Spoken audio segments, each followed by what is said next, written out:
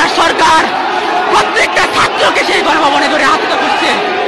যেই ছাত্র সেই জরু রক্তাক্ত ব্যান্ডেজ দিয়ে এলো, বুকের ভিতর ঘুরে নিয়ে এলো, এই গণভবনে আজকে হাজির হয়েছি। আমরা ছেড়ে দেওয়ার পাত্র ছিলাম না, এখনো নয়। আমরা আছি এবং থাকবো।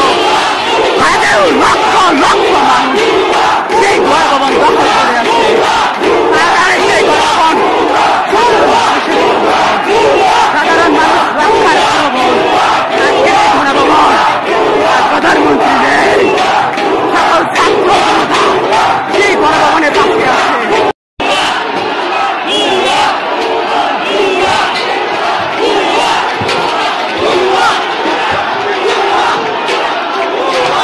গণভবনের এক একটা চেয়ার দেখেন, চেয়ার দেখেন, রক্তাক্ত অর্জিত এই স্বাধীনতা হবে না, রক্তাক্ত অর্জিত স্বাধীনতা যা আমরা কোনোদিন বলতে পারবো না।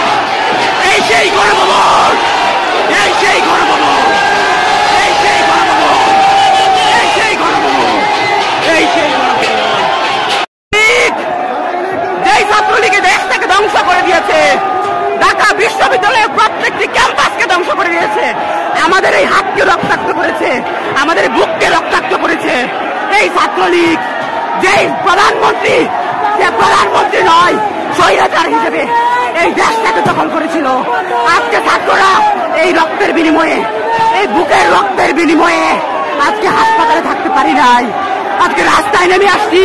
যে করেই হোক এই হাতকে রক্ষা করেও, এই রক্তাক্ত হাতকে, এখনো হাত রক্তাক্ত, রক্তাক্ত হাতকে আর কথা বলার শক্তি নাই।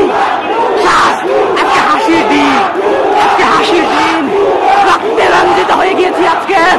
আজকের এই স্বাধীনতা আমাদের প্রাপ্য, আজকে আমাদের প্রাপ্য স্বাধীনতা আমরা